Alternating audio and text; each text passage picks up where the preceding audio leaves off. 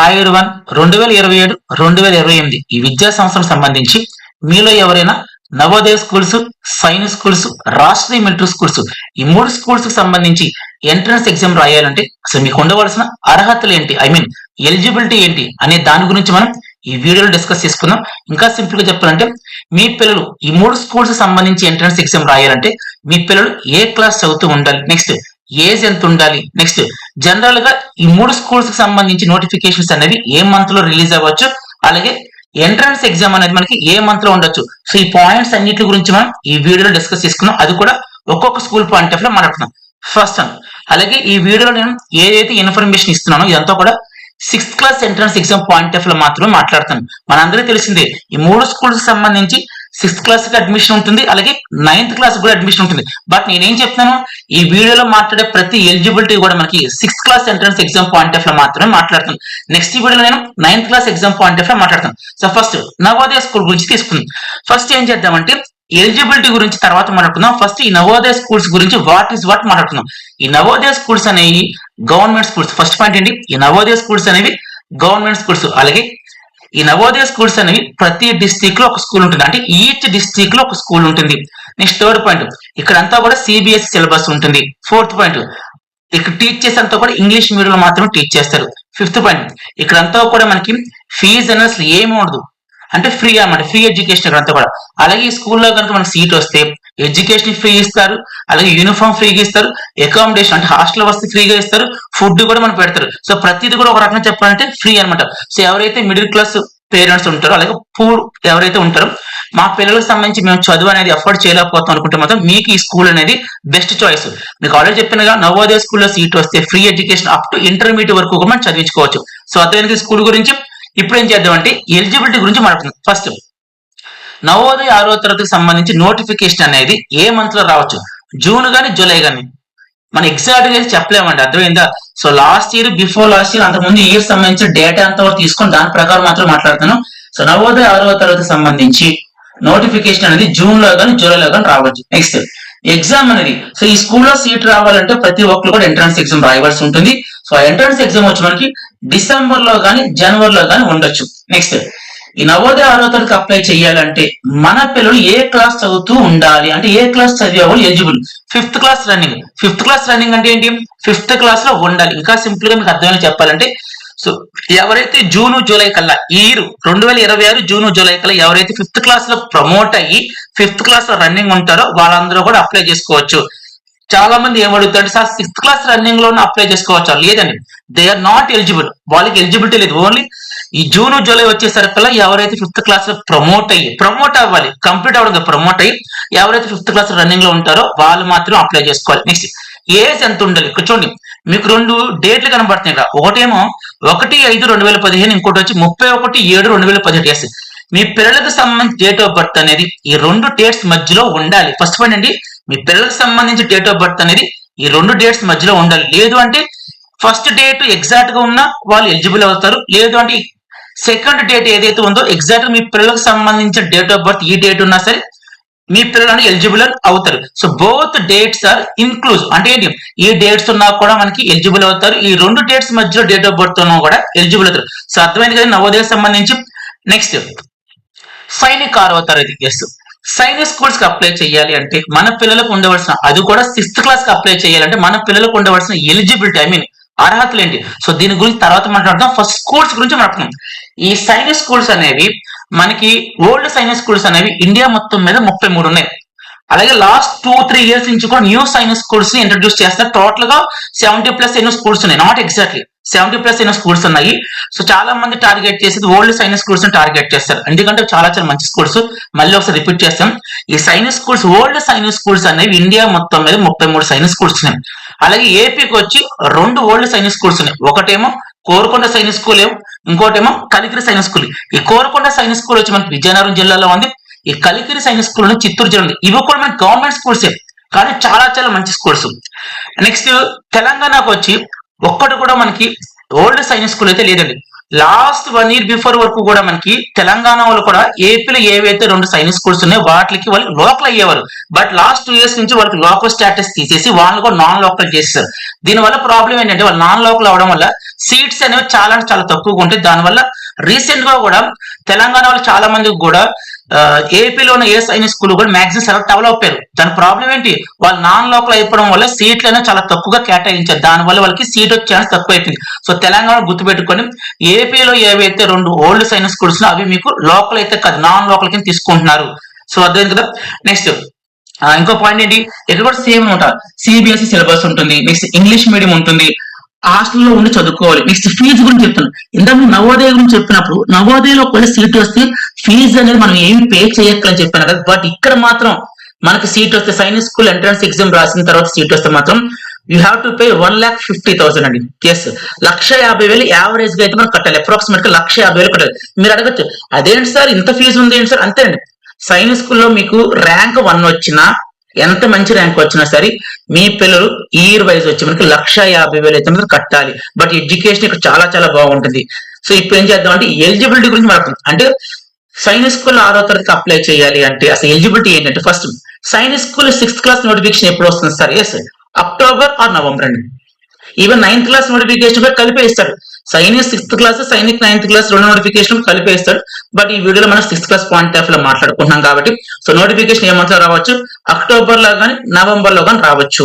Next ఈ స్కూల్లో కూడా సీట్ రావాలంటే మన పిల్లలు ఈ సైనిక్ స్కూల్ ఎంట్రన్స్ ఎగ్జామ్ రాయాలి. ఆ ఎంట్రన్స్ ఎగ్జామ్ అనేది ఏ నెలలో ఉండొచ్చు, ఎగ్జామ్ అంత వచ్చి మనకి జనవరిలో ఉండొచ్చు. నెక్స్ట్ సార్ ఏ క్లాస్ చదువుతున్న అప్లై చేయొచ్చు? ఎస్, మనం మాట్లాడుతున్న 6th class entrance exam point of and 6th class admission point of లో మాట్లాడుతున్నాం కాబట్టి మన పిల్లలు ఈ ఇయర్ లో అంటే ఈ జూన్ జూలైలో మనందరికీ స్కూల్స్ అనేవి రీఓపెన్ అవుతాయి కదా. 2026 జూన్ ఆర్ జూలైలో స్కూల్స్ రీఓపెన్ అవుతాయి. సో రీఓపెన్ అయిన తర్వాత ఎవరైతే 5th క్లాస్ రన్నింగ్ లో ఉంటారో, ఎవరైతే 6th క్లాస్ రన్నింగ్ లో ఉంటారో, చూడండి 5th క్లాస్ రన్నింగ్ లో ఉన్న వాళ్ళు రాసుకోవచ్చు, 6th క్లాస్ రన్నింగ్ లో ఉన్న కూడా రాసుకోవచ్చు. So both classes are eligible. 5th class running లో రాసుకుంటే ఒకవేళ సీట్ వస్తే నెక్స్ట్ ఇయర్ 6th లోకి వెళ్తారు. అదే ఈ ఇయర్ 6th క్లాస్ చదువుతున్న వాళ్ళు సైనిక్ ఎగ్జామ్ రాసి సీట్ వస్తే నెక్స్ట్ ఇయర్ కూడా 6th క్లాస్ లోకే ప్రమోట్ అవుతారు. సో ఇద్దరు కూడా రాసుకోవచ్చు. బట్ నవోదయకి అలా కాదు, స్ట్రిక్ట్లీ 5th క్లాస్ రన్నింగ్ లో మాత్రమే అప్లై చేయాలి, వాళ్ళకి మాత్రమే సీట్లు ఇస్తారు. ఒకవేళ 6th క్లాస్ లో ఎవరైనా రాస్తే వెరిఫికేషన్ లో తెలిస్తే మాత్రం సీట్ అయితే ఎవరు. నవోదయకి వచ్చి స్ట్రిక్ట్ గా మనకి 5th క్లాస్ రన్నింగ్ లో మాత్రం ఉండాలి. బట్ సైనిక్ వచ్చి 5th క్లాస్ రన్నింగ్ లో ఉన్న వాళ్ళు కూడా రాసుకోవచ్చు, 6th క్లాస్ రన్నింగ్ లో ఉన్న వాళ్ళు రాసుకోవచ్చు. నెక్స్ట్ ఏజ్ ఎంత ఉండాలి? ఇది ఇక్కడ మీకు 2 డేట్స్ కనబడుతున్నాయి కదా. ఒకటేమో 1/4/2015, ఇంకోటి వచ్చి 31/3/2017. మీ పిల్లలకు సంబంధించిన డేట్ ఆఫ్ బర్త్ అనేది ఇక్కడ ఏవైతే 2 డేట్స్ ఉన్నాయో ఈ 2 డేట్స్ మధ్యలో మాత్రమే ఉండాలి. అంటే ఏంటి, 1/4/2015 తర్వాత పుట్టినోళ్ళు అయి ఉండాలి, లేదు అంటే 31/3/2015 దీని ముందేనే ఉండాలి. సో ఈ 2 డేట్స్ మధ్యలో ఉండాలి. లేదు అంటే ఫస్ట్ డేట్ ఏదైతే కనబడుతుందో, ఒకవేళ మీ పిల్లలకు సంబంధించి డేట్ ఆఫ్ బర్త్ ఎగ్జాక్ట్ గా ఫస్ట్ డేట్ ఉందనుకోండి, వాళ్ళు కూడా ఎలిజిబుల్ ఐ మీన్. అలాగే సెకండ్ డేట్ ఎగ్జాక్ట్ మీ పిల్లల యొక్క డేట్ ఆఫ్ బర్త్ కూడా సెకండ్ డేట్ అనుకోండి, వాళ్ళు కూడా ఎలిజిబులే. సో సింపుల్ గా మీకు అర్థమని చెప్పాలి, మీ పిల్లలకు సంబంధించి డేట్ ఆఫ్ బర్త్ అనేది ఈ 2 డేట్స్ మధ్యలో ఉన్న ఎలిజిబుల్ అవుతారు. లేదంటే ఈ 2 డేట్స్ ఏ డేట్ ఉన్నా కూడా ఎలిజిబుల్ అవుతారు. ఇది సైనిక్ స్కూల్ సంబంధించిన ఎలిజిబిలిటీ క్రైటీరియా. ఇంకా last one, so RMS Rashtriya military schools. ఈ రాష్ట్రీయ మిలిటరీ స్కూల్స్ గురించి ఫస్ట్ మాట్లాడుకొని తర్వాత ఈ స్కూల్స్ సంబంధించి అప్లై చేయాలంటే మన పిల్లలకు ఉండవలసిన ఎలిజిబిలిటీ క్రైటీరియా ఏంటి దాని గురించి మాట్లాడుతున్నాం. ఫస్ట్ ఆర్ఎంఎస్ ఫుల్ ఫామ్ వచ్చి రాష్ట్రీయ మిలిటరీ స్కూల్స్.